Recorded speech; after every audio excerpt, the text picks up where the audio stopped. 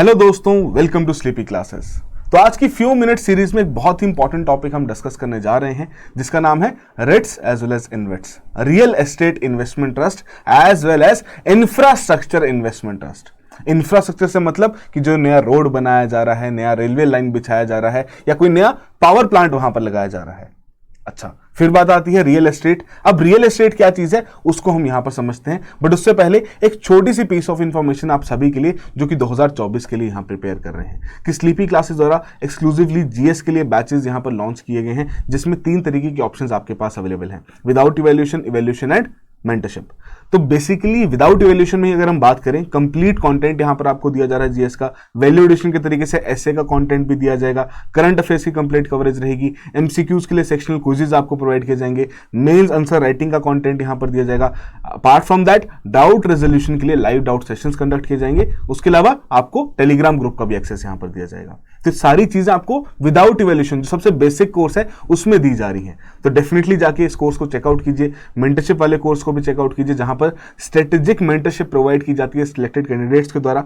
Apart from that जब आप demo lectures देखेंगे तो डेफिनेटली आपको एक समझ में आएगी चीज कि जी हाँ, इन पर्टिकुलर कोर्सेज में एनरोल करना आपके लिए कितना बेनिफिशियल हो सकता है। तो डेफिनेटली एनरोल कीजिए एंड अपनी यूपीएससी की प्रिपरेशन को और बेहतर बनाइए। तो हम बात कर रहे थे रियल एस्टेट के बारे में। तो रियल एस्टेट जैसे कि कोई भी किसी तरीके की प्रॉपर्टी वहां पर देखने को मिलेगी, या वेकेंट लैंड है, कोई इंडस्ट्रियल प्रॉपर्टी है, कमर्शियल प्रॉपर्टी है जहां पर आपकी बहुत सारी शॉपिंग कॉम्प्लेक्सेस हैं, या रेजिडेंशियल प्रॉपर्टी है जहां पर उस प्रकार के आपके घर देखने को मिलते हैं। तो डेफिनेटली बहुत सारे लोगों का एक सपना रहता है कि उनका खुद का एक घर रहे। डेफिनेटली हर एक जो व्यक्ति रहेगा वो पैसा कमाएगा, उसका इन दी एंड टारगेट ये रहेगा कि चलो यार एक घर यहां पर बना लिया जाए। ठीक है, अब उस घर को वो कैसे यूज कर रहे हैं, रेंटल पर्पसेस के लिए कर रहे हैं, किसी और पर्पस के लिए कर रहे हैं, सेल्फ पर्पस के लिए कर रहे हैं, वो तो अलग चीज है। वैसे ही कमर्शियल आपके जोन में देखा जाता है कि बहुत सारे आपके इस तरीके के जो शॉपिंग कॉम्प्लेक्सेस रहते हैं खरीद ली जाते हैं, फिर उन्हें रेंट पे दिया जाता है। तो वो किस तरीके की इन्वेस्टमेंट है, यहां पर रियल एस्टेट इन्वेस्टमेंट यहां पर की जाती है। तो बट कहीं ना कहीं ये जो रियल एस्टेट इन्वेस्टमेंट है डेफिनेटली एक बहुत कैपिटल इंटेंसिव इन्वेस्टमेंट है कि आपको करोड़ों में यहां पर इन्वेस्टमेंट करनी पड़ेगी, तभी जाके आपको कुछ रिटर्न्स वहां पर देखने को मिलेंगे। तो वहीं फिर बात आई कि भैया रेट्स और इन्वेट्स जो कि ट्रस्ट यहां पर बनाए गए हैं, ये एग्जैक्टली हैं क्या चीज और इनकी आवश्यकता क्या थी। तो पहले चीज हमें यह समझना पड़ेगा कि जरूरत क्या आई रेट्स और इन्वेट्स की। तो बेसिकली कहीं ना कहीं जो आपकी डायरेक्ट ओनरशिप थी किसी प्रकार की रियल एस्टेट प्रॉपर्टीज की, डेफिनेटली कैपिटल इंटेंसिव है। वैसे अगर आपको कोई नया पावर प्लांट वहां पर लगाना है, वो आपके लिए कैपिटल इंटेंसिव रहेगा। ऑब्जेक्टिव तो वही है ना कि आप इन्वेस्टमेंट कर रहे हैं ताकि आपको रिटर्न यहां से मिल सके। चलिए ठीक है, सिंगल प्रॉपर्टी में इन्वेस्ट करना बहुत रिस्की भी रहता है कि भैया वहां के जो प्रॉपर्टी के रेट्स हैं वो वहां पर डाउन चलेंगे, मार्केट वहां पर फॉल करेगी। अपार्ट फ्रॉम दैट लिक्विडिटी की बहुत बड़ी कमी देखने को मिलती है। कैसे, यदि आपको अपनी किसी प्रकार की कोई प्रॉपर्टी है, आप उसको बेचना चाहते हैं, आप उसको कैश में कन्वर्ट करना चाहते हैं, it will take whole lot number of days, weeks में यहां पर आप हम बात कर सकते हैं। तो जब तक आपको एक पर्सपेक्टिव बायर भी मिलेगा और अपनी पूरी जो कंप्लायंस बर्डन आप उसको भी यहां पर फॉलो करेंगे। उसके अलावा जो इंफ्रास्ट्रक्चर प्रोजेक्ट्स हैं डेफिनेटली इसमें आपकी लॉन्ग ऑपरेशनल लाइफ स्पेन देखने को मिलते हैं, उसके बाद आपको रिटर्न आनी शुरू होती है। उसके अलावा ऐसे इंफ्रास्ट्रक्चर प्रोजेक्ट्स को अगर आप डायरेक्टली ऑपरेट करना चाहते हैं, ओन करना चाहते हैं, मैनेज करना चाहते हैं, तो उस प्रकार की आपको टेक्निकल एक्सपर्टीज की भी जरूरत है एंड वैसे आपको एफिशिएंट ऑपरेशंस भी कंडक्ट करने पड़ेंगे, तभी आप वहां से पैसा कमा पाएंगे। तो सिंस इतने सारे चैलेंजेस यहां पर एसोसिएटेड हैं दोनों ही real estate as well as infrastructure project से रिलेटेड, कि डायरेक्टली इनके ओनरशिप करना बहुत मुश्किल पड़ जाता है। ठीक है, तो वहीं से फिर डिमांड आती है कि इस प्रकार के ट्रस्ट का वहां पर निर्माण किया जाए, रेट्स और इन्वेट्स का वहां पर निर्माण किया जाए। ठीक है, जो कि एक नया कॉन्सेप्ट नहीं है, यूएस में 1960 से यहां पर देखने को मिल रहा है। तो क्या है आपके रेट्स जो कि रियल एस्टेट इन्वेस्टमेंट ट्रस्ट और जो इंफ्रास्ट्रक्चर इन्वेस्टमेंट ट्रस्ट है, दोनों ही एकदम देखने से आपकी जो इनकी फंक्शनिंग काफी मिलती जुलती देखने को मिल रही है। बट सिंपल सा डिफरेंस यहां पर क्या देखने को मिलता है कि जो रियल एस्टेट इन्वेस्टमेंट ट्रस्ट है ये आपके रियल एस्टेट प्रॉपर्टीज में इन्वेस्ट करते हैं, वैसे इंफ्रास्ट्रक्चर इन्वेस्टमेंट ट्रस्ट है वो आपके इंफ्रास्ट्रक्चर प्रोजेक्ट्स में इन्वेस्ट कर रहे हैं। रोड्स हो गए, पावर प्लांट्स हो गए, इस तरीके के जितने भी प्रोजेक्ट्स वहां पर देखने को मिलते हैं। तो क्या है, एक यहां पर एंटिटी तैयार की जा रही है। ट्रस्ट जो है एक तरीके की एंटिटी है that owns a portfolio of income generating, क्या, रियल एस्टेट या फिर इंफ्रास्ट्रक्चर एसेट्स, कि इनके द्वारा ये डायरेक्टली इन ट्रस्ट द्वारा ये एंटिटीज जो यहां पर स्थापित की जा रही है, इन ट्रस्ट के द्वारा ये डायरेक्टली इस प्रकार के प्रोजेक्ट्स या फिर रियल एस्टेट प्रॉपर्टीज वहां पर ओन की जाती हैं। अब काम किस तरीके से करती है, जैसे कि हम म्यूचुअल फंड्स में देखते हैं कि हम देखते हैं ना कि बहुत सारे आपके जो इन्वेस्टर्स रहते हैं, इन्वेस्टर 1, इन्वेस्टर 2, इन्वेस्टर 3, अलग अलग इन्वेस्टर्स अपने किसी एक म्यूचुअल फंड में पैसा डालेंगे, म्यूचुअल फंड का जो मैनेजर रहेगा वो क्या काम करेगा, आगे जाके अलग अलग कंपनीज में उस पैसे को इन्वेस्ट करेगा। मान लेते हैं एलआईसी में कोई कर रहा है, कोई एचडीएफसी में यहां पर कर रहा है, कोई टाटा में यहां पर कर रहा है, कोई यहां पर आपका इन्फोसिस में यहां पर कर रहा है, ठीक है। अब इनके ऊपर ये डायरेक्ट ओनरशिप यहां पर नहीं रख रहे इन सभी कंपनीज के शेयर्स की, बट हाँ इनके पास उस म्यूचुअल फंड्स के यूनिट्स की ओनरशिप है, ठीक है, जो कि रिप्रेजेंट करते हैं कि उस म्यूचुअल फंड ने कहां कहां पैसा इन्वेस्ट किया है। जैसे जैसे यहां से वो रिटर्न्स जनरेट करेगा म्यूचुअल फंड का जो मैनेजर है, अपनी फीस निकाल के बाकी रिटर्न्स इन लोगों के साथ शेयर करेगा। Same is the case with the REITs as well as InvITs, कि यहां पर म्यूचुअल फंड जो आपका ये फंड मैनेजर रहेंगे उनके द्वारा भी इस तरीके की इन्वेस्टमेंट्स यहां पर की जाएगी, जिसके रिटर्न्स फिर वो अपने इन्वेस्टर के साथ यहां पर शेयर करेंगे।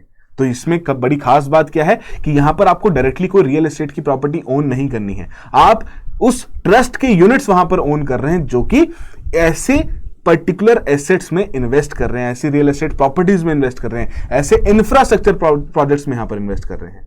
तो जब भी आपकी रिटर्न्स जनरेट की जाती हैं किसी भी प्रकार के रियल एस्टेट इन्वेस्टमेंट्स में, उन्हें फिर डिस्ट्रीब्यूट कर दिया जाता है टू द रिट इन्वेस्टर्स, जो कि आपके इंडिविजुअल इन्वेस्टर्स हैं, in the form of dividends, या फिर बाकी जो हमारा पूरा फंडा रहेगा किस तरीके से इनकम यहां पर जनरेट होती है उसे भी हम यहां पर डिस्कस करेंगे।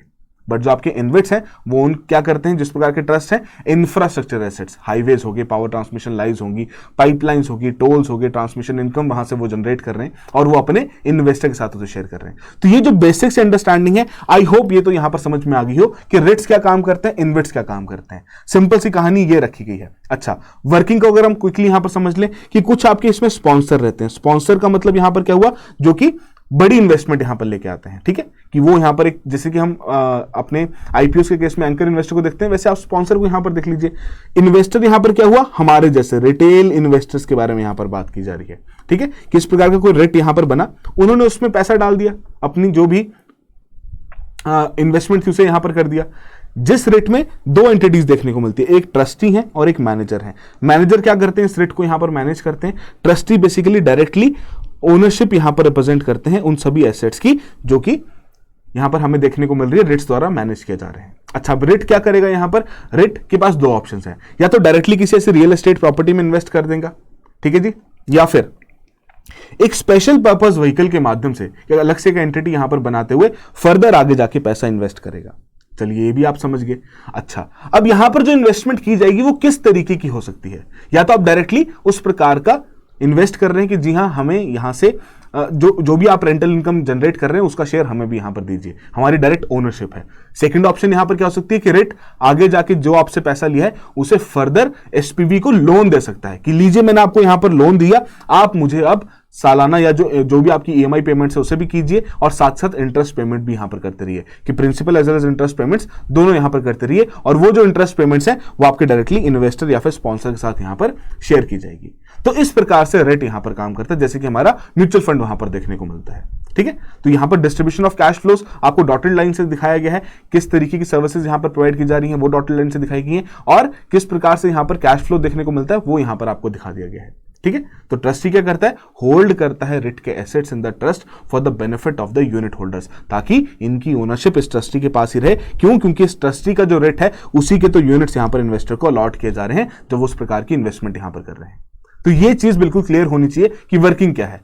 तो यहां पर एक इंपॉर्टेंट चीज क्या ध्यान रखना, एसपीवी का, स्पेशल पर्पस व्हीकल, जो कि पर्टिकुलरली इस प्रकार के इन्वेस्टमेंट पर्पसेस के लिए यहां पर क्रिएट किए जाते हैं। जब आपका इन्वेस्टमेंट कंप्लीट हो चुका है तो उसके बाद उनकी जो वैलिडिटी है या उनकी जो एग्जिस्टेंस है वो खत्म हो जाती है। एक पर्टिकुलर पर्पस के लिए उनका वहां पर निर्माण किया गया है। जैसे कंपनीज रहती है वैसे आपके स्पेशल पर्पस व्हीकल भी रहते हैं, और इस प्रकार के एसपीवी जो है बहुत सारी स्कीम्स में सरकार द्वारा भी इनिशिएट किए जाते हैं, उनका निर्माण किया जाता है, एस्टैब्लिशमेंट की जाती है, ताकि इफेक्टिवली वो जितना भी सरकार द्वारा पैसा वहां पर लगाया जा रहा है उसकी अच्छी रिटर्न वहां से ऑब्टेन की जा सके।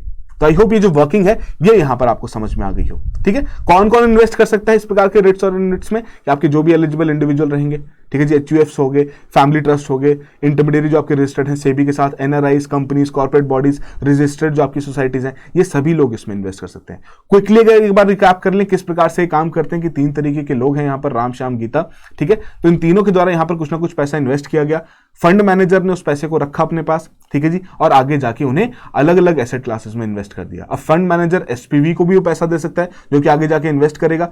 अब इसमें दो ऑप्शंस हैं, मैं आपको दोबारा रिपीट कर रहा हूं कि यहां पर एक तो डायरेक्टली या फिर ओनरशिप की बात हो सकती है या फिर यहां पर उधार लोन देने की बात हो सकती है कि उधार दिया गया है ताकि प्रोजेक्ट पूरा हो जाए या प्रोजेक्ट में जो ऑपरेशनल कॉस्ट है उसको यहां पर पूरा किया जा सके। तो ये बेसिक सा क्राइटेरिया प्लीज ध्यान रखना कि यहां पर दोनों तरीके से पैसा दिया जाता है। जैसे हम जब इन्वेस्टमेंट करते हैं तो हमारे पास ऑप्शन क्या रहती है कि भैया हम या तो इक्विटी इन्वेस्टमेंट कर लें, शेयर्स खरीद लें किसी कंपनी के, या फिर उस कंपनी के बॉन्ड्स खरीद लें जिसमें हम उसको उधार दे रहे हैं। तो उसी तरीके का यहां पर उधार भी दिया जा सकता है by the means of InvITs as well as Ritz.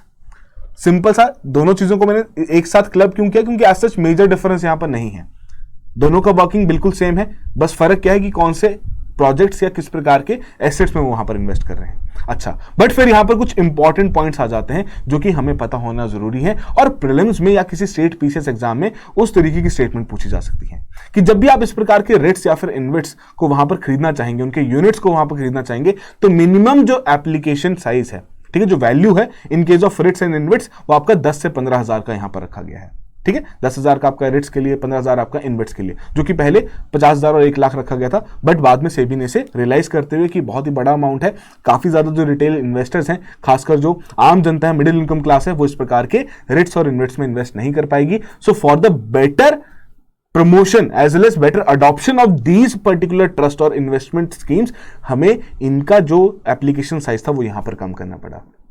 चलिए ठीक है, इंपॉर्टेंट पॉइंट एक और कि REITs are required to invest at least 80% of their assets, किन प्रॉपर्टीज में, जो कि कंप्लीट हो चुकी हैं और income generating real estate properties हैं। तो इसका जरूर ध्यान रखिएगा कि कंप्लीट हो चुकी है, इनकम जनरेटिंग है, कि उनका अब कोई काम नहीं बचा, पूरे अच्छे तरीके से काम यहां पर हो चुका है।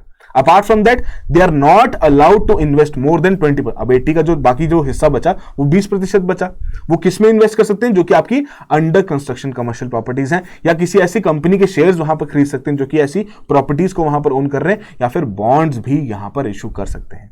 ठीक है, तो 20% तक की जो वहां पर इन्वेस्टमेंट रहेगी मैक्स टू मैक्स, वो इस तरह की कैटेगरी में की जाएगी। 80% आपके कंप्लीट प्रोजेक्ट्स में की जाएगी और जो income generating real estate properties हैं। तो ये रेट्स के लिए यहां पर रूल्स रखे गए हैं सेबी द्वारा। उसके अलावा जितने भी आपके सेबी रजिस्टर्ड रेट्स हैं mandatorily listed on stock exchanges होने चाहिए कि स्टॉक एक्सचेंज पर आपके द्वारा उन यूनिट्स का ट्रेड भी किया जा सकता है कि यदि राम जी ने यहां पर 10,000 रुपए देके 10 यूनिट वहां पर ले लिए हैं किसी एक पर्टिकुलर रेट के, तो उस केस में वो एक यूनिट को वहां पर ट्रेड भी कर सकते हैं। क्यों? क्योंकि वो जो पर्टिकुलर रेट है या वो जो पर्टिकुलर आपका वहां पर इन्वेस्टमेंट अपॉर्चुनिटी है वो लिस्टेड है आपके स्टॉक एक्सचेंज पर। ठीक है, ये एक तरीके से जैसे आईपीओ काम करते हैं ना, वैसे रेट्स भी यहां पर काम करते हैं कि जब इनिशियली जब रेट वहां पर लॉन्च होता है तो वो अपने जितने भी यूनिट्स हैं उन्हें ऑफर करता है पब्लिक को कि आओ इन पर्टिकुलर रेट्स को, या हमारी जो यूनिट्स हैं इन्हें यहां पर आके खरीदो, हम इस तरीके की इन्वेस्टमेंट यहां पर कर रहे हैं। ठीक है जी, वैसे हमारा जो इन्वेस्ट्स हैं they have to invest at least 80% of their assets in completed as well as income generating infrastructure projects. इनके लिए भी ये क्राइटेरिया यहां पर रखा गया है।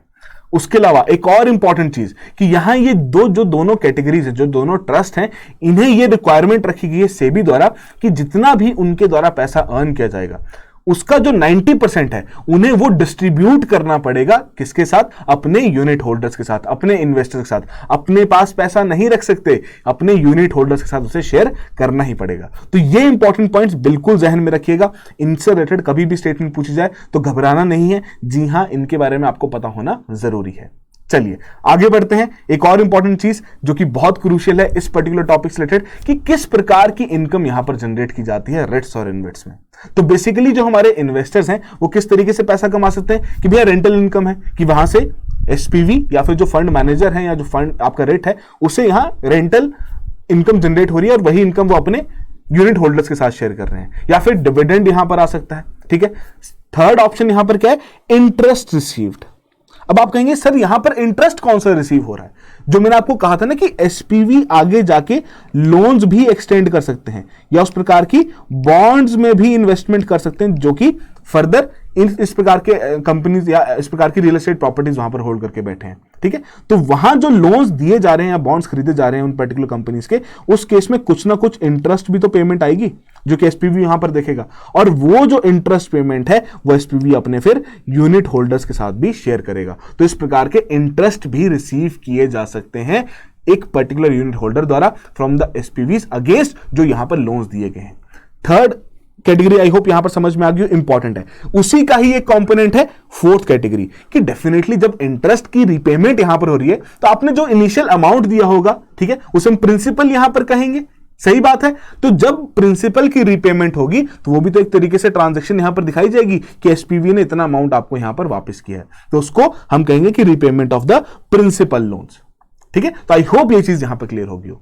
तो इन जो तीनों कैटेगरीज है ना, फर्स्ट थ्री जो कैटेगरीज हैं, बिल्कुल ये यहां पर टैक्सेबल है। ठीक है जी, as per the income slab जितना आपका यहां पर इनकम जनरेट होगा वो आपके इनकम स्लैब के हिसाब से यहां पर टैक्सेबल है। डिविडेंड के केस में यहां पर क्या है कि यदि एसपीवीज ने, जो कि यहां पर आगे जाके पैसा इन्वेस्ट कर रहे हैं इन सभी रेट्स का, ठीक है, तो यदि उस एसपीवी ने कोई टैक्स एग्जेम्पशन यहां पर ली है तो उस केस में आपको डेफिनेटली डिविडेंड आपका टैक्सेबल रहेगा। बट अगर कोई किसी प्रकार की टैक्स एग्जेम्पशन नहीं ली है तो उस केस में डिविडेंड आपका नॉन टैक्सेबल हो सकता है। But most of the times आपका जो एसपीवी है वो टैक्स एग्जेम्पशन लेता है, तो यूनिट होल्डर के लिए डिविडेंड आपको ऑलमोस्ट टैक्सेबल देखने को मिलता है। और सरकार ने भी क्लियर कर दिया है कि इन तीनों पैरामीटर्स पर आपका टैक्स लगाया जाएगा as per your income slab.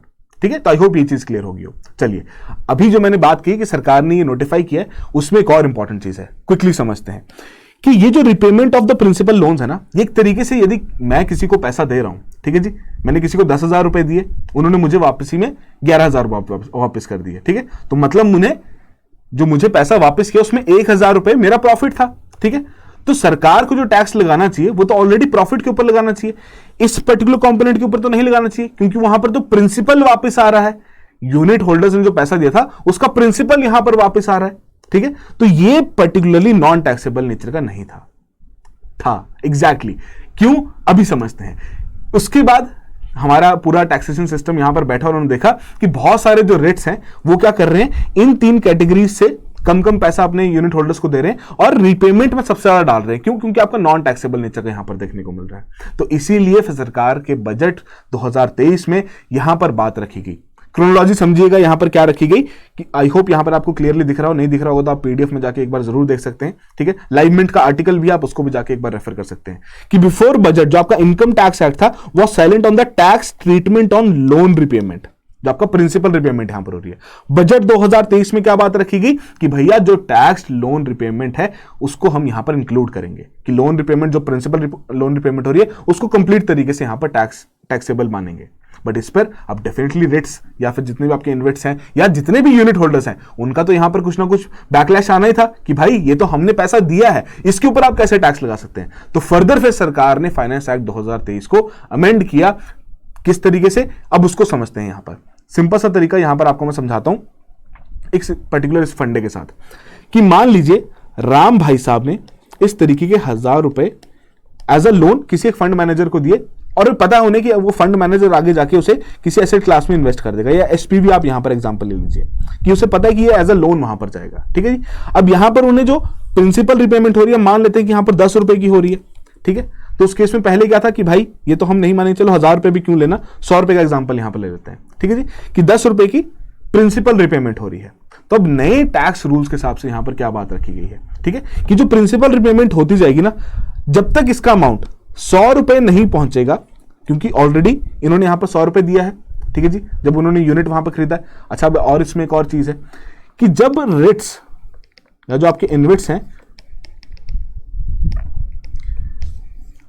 अपने यूनिट्स ऑफर करते हैं ना पब्लिक को, किसे ऑफर करते हैं, पब्लिक को। प्लीज इस चीज को समझना, बहुत सिंपल है, थोड़ा साथ देना मेरा यहां पर, कि जब पब्लिक को यहां पर ऑफर करते हैं तो पब्लिक ऑफरिंग की जा रही है, तो जब ऑफरिंग की जाएगी तो उस टाइम पे कुछ ना कुछ इशू प्राइस भी रहेगा, जैसे हम आईपीओ का प्राइस वहां पर देखते हैं।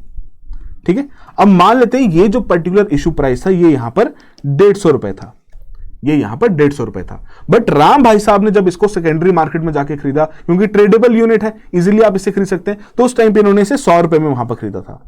तो यहां पर इनकम टैक्स क्या कहता है, वो हमारी सरकार क्या कहती है उसको समझते हैं, कि यहां पर ये 10 रुपए का लोन रिपेमेंट हो रहा है, प्रिंसिपल रिपेमेंट यदि हो रहा है, पर्टिकुलर आपकी जो इनकम यहां पर आ रही है आपको, क्योंकि आपने इस प्रकार के इन्वेट में यहां पर या रेट्स में यहां पर इन्वेस्ट किया, तो उस केस में यदि आपको 10 रुपए की लोन रिपेमेंट हो रही है, जब तक उसका अमाउंट उस पर्टिकुलर रेट या इन्वेट का जो यूनिट प्राइस है, खासकर जो इशू प्राइस है, मतलब 150 रुपए, यहां पर राम ने 100 रुपए का खरीदा, अलग बात है। यदि उसका प्राइस उस टाइम पे 150 रुपए रखा गया था, तो जब तक ये जो 10 रुपए है इसका वैल्यू 150 रुपए तक नहीं पहुंच जाता, तब तक वो टैक्सेबल नहीं है।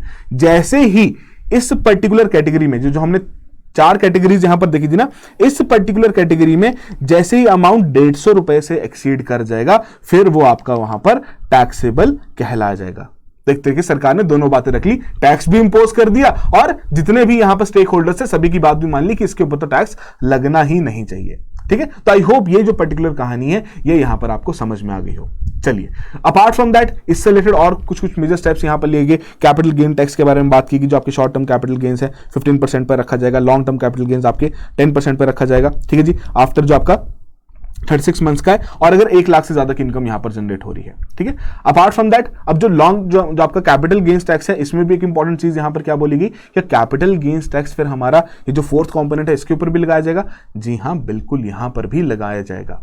किस तरीके से कि वही चीज देखा जाएगा कि यूनिट प्राइस जो इशू प्राइस था यूनिट का वो कितना था, उसमें से कितना उन्होंने यहां पर अर्न किया, सबट्रैक्ट करते हुए जो प्रॉफिट यहां पर निकलेगा उसके ऊपर फाइनल टैक्स लगा दीजिएगा। कि सिंपल तरीके से अगर मैं आपको इसी एग्जांपल में बताऊं कि मान लीजिए यहां पर इन्होंने उस प्रकार से ठीक ठाक इनकम यहां पर जनरेट कर ली और डिसाइड किया कि इस पर्टिकुलर यूनिट को वो बेचना चाहते हैं। ठीक है, जो रिट या इन्वेट का जो यूनिट है उसे फर्दर आगे जाके बेचना चाहते हैं काफी लंबे समय तक उसको होल्ड करने के बाद। ठीक है, तो वहां देखा जाएगा कि इनकी जो लोन रिपेमेंट के माध्यम से, ठीक है, बाकी जो 3 इनकम्स हैं उसके ऊपर तो एज इट इज टैक्स लगेगा, कितना प्रॉफिट जनरेट हुआ है वो तो एज इट इज वहां पर देखने को मिलेगा। बट जो लोन रिपेमेंट वाला फोर्थ कंपोनेंट है उसमें देखा जाएगा कि यदि इन्होंने यहां पर 250 रुपए की अर्निंग कर ली है और उसको जब बेचा है तो उस टाइम पे 300 रुपए पे ये पर्टिकुलर कंपोनेंट वहां पर बिक रहा है, तो उस केस में 150 रुपए उससे सबट्रैक्ट कर दिया जाएगा और कहेंगे कि भैया यहां पर इसके ऊपर 150 रुपए के ऊपर long term capital gain tax लगाया जाएगा। ठीक है, ये जो आपका कैपिटल गेन टैक्स है वो यहां पर इंपोज किया जाएगा। तो आई होप ये पूरी कहानी यहां पर आपको क्लियर होगी हो। फिर भी अगर कोई डाउट रहे किसी भी तरीके का, मैं आपको दोबारा एडवाइस करूंगा एक बार इस पर्टिकुलर लेक्चर को दोबारा रिविजिट कीजिएगा, दोबारा पीछे से देखिएगा। सिंपल सी कहानी ये बताएगी कि 4 कंपोनेंट्स थे इनकम के, पहले 3 के ऊपर ऑलरेडी टैक्स था as per income slab, last जो कंपोनेंट था वो एक्सक्लूडेड था आपके टैक्सेशन से, जिसकी वजह से बहुत सारे रेट्स क्या कर रहे थे, उन्हीं फोर्थ कंपोनेंट में ज्यादा इनकम वहां पर अपने यूनिट होल्डर्स को भेज रहे थे। सरकार ने ऑब्जर्व किया, सरकार ने टैक्स लगा दिया, जिसके ऊपर स्टेक होल्डर्स ने कहा कि भैया ये तो हमारे द्वारा लोन दिया जा रहा है, इस पर आप कैसे टैक्स लगा सकते हैं, तो प्रिंसिपल अमाउंट है, इस पर जो हम पैसा कमाएंगे उसके ऊपर आप टैक्स लगाइए, बट वो तो आप ऑलरेडी लगा रहे हैं इंटरेस्ट पेमेंट के ऊपर। तो वहां सरकार ने बोला कि यदि इसकी वैल्यू इशू प्राइस से ज्यादा चली जाएगी तब हम इसके ऊपर टैक्स लगाना यहां पर शुरू कर देंगे, एंड कैपिटल गेन्स में भी सेम प्रोसेस ये फॉलो की जाएगी। ठीक है, तो आई होप ये जो पूरी कहानी है विद रिस्पेक्ट टू रेट्स और इनवेट्स यहां पर क्लियर होगी हो। कमेंट बॉक्स में बताइए कि करंटली कितने रेट्स हैं जो कि इंडिया में काम कर रहे हैं। अपार्ट फ्रॉम दैट एक और इससे रिलेटेड इंपॉर्टेंट करंट अफेयर है जो कि जून के महीने में यहां पर आया था, जिसमें सेबी ने यह एडवाइस किया था कि किस तरीके से यहां पर जो यूनिट होल्डर्स, जो पब्लिक यूनिट होल्डर्स हैं, उनकी जो प्रेजेंस है हर एक रेट में कैसे वो बढ़ाई जा सकती है टू 25%। तो डेफिनेटली उस करंट अफेयर को भी जरूर पढ़िएगा, इजिली आपको एक्सप्लेन सेक्शन में मिल जाएगा। अदरवाइज दैट हमारा जो करंट अफेयर का कोर्स है उसमें तो ऐसे टॉपिक्स आपके टाइम एंड अगेन कवर होते ही रहते हैं। ठीक है, चलिए, तो आई होप सभी कहानी यहां पर समझ में आ गई हो। So that will be all the very best, have a good preparation.